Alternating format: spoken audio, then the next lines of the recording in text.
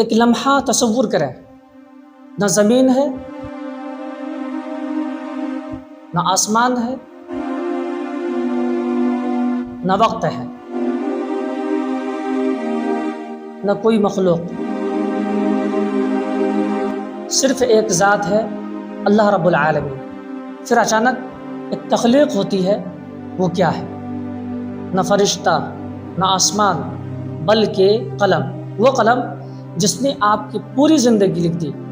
آپ کی پیدائش، آپ کی موت، آپ کی کامیابی، آپ کی ناکامی، سب کچھ پہلے ہی لکھا جا چکا ہے۔ رسول اللہ صلی اللہ علیہ وسلم نے فرمایا، سب سے پہلی چیز جو اللہ تعالیٰ نے پیدا فرمائی وہ قلم ہے۔ یہ وہ لمحہ تھا جہاں سے کائنات کا باقاعدہ آغاز ہوا۔ اللہ تعالیٰ نے قلم کو حکم دیا، لکھو۔ قلم نے عرض کیا، اے میرے رب، کیا لکھوں؟ اللہ نے فرمایا، قیامت تک ہونے والی ہر چیز لکھ دو۔ اب اسی لمحے کائنات کا پورا نظام ایک مکمل پلان کی شکل میں لکھ دیا گیا۔ یہ کوئی مختصر تحریر نہیں تھی، بلکہ ہر ذرہ، ہر لمحہ، ہر فیصلہ، یہاں تک کہ آپ اس وقت جو ویڈیو دیکھ رہے ہیں یہ بھی اسی وقت لکھا جا چکا تھا۔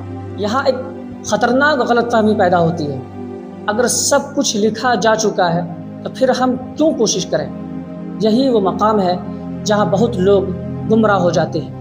سمجھ لیجئے، تقدیر اللہ کا علم ہے، عمل آپ کا انتخاب۔ اللہ کو پہلے سے معلوم ہے کہ آپ کیا کریں گے، لیکن وہ آپ کو مجبور نہیں کرتا۔ مثال، اگر ایک ماہر استاد جانتا ہے کہ کون سا طالب علم فیل ہوگا تو کیا وہ اسے فیل کرتا ہے؟ نہیں، طالب علم خود اپنی کمزوری سے فیل ہوتا ہے۔ اسی طرح آپ کے اعمال آپ کی ذمہ داری ہیں، لیکن اللہ کو ان کا علم پہلے سے۔ قلم نے جو کچھ لکھا وہ کہاں گیا؟ یہ سب محفوظ ہوا لوح محفوظ میں۔ یہ کوئی عام کتاب نہیں، یہ کائنات کا مکمل ڈیوائن سسٹم ہے۔ قرآن کہتا ہے، کوئی مصیبت نہیں آتی مگر وہ ایک کتاب میں لکھی ہوئی ہے۔ یعنی آپ کی زندگی رینڈم نہیں ہے، یہ ایک مکمل ڈیزائن ہے۔ آپ کی دعا، آپ کی محنت، آپ کے فیصلے، آپ کا عمل، سب اسی نظام کا حصہ ہے۔ نبی اکرم صلی اللہ علیہ وسلم نے فرمایا، کوئی بندہ مومن نہیں ہو سکتا جب تک کہ وہ اچھی اور بری تقدیر پر ایمان نہ لائے۔ کیونکہ تقدیر پر ایمان انسان کو صبر دیتا ہے، دل کو سکون پہنچاتا ہے، تکبر کو ختم کرتا ہے۔ جب آپ کامیاب ہوتے ہیں آپ کہتے ہیں یہ اللہ کا فضل ہے، اور جب آپ ناکام ہوتے ہیں آپ کہتے ہیں یہ بھی میرے حق میں بہتر ہے۔ یہی اصل ایمان ہے۔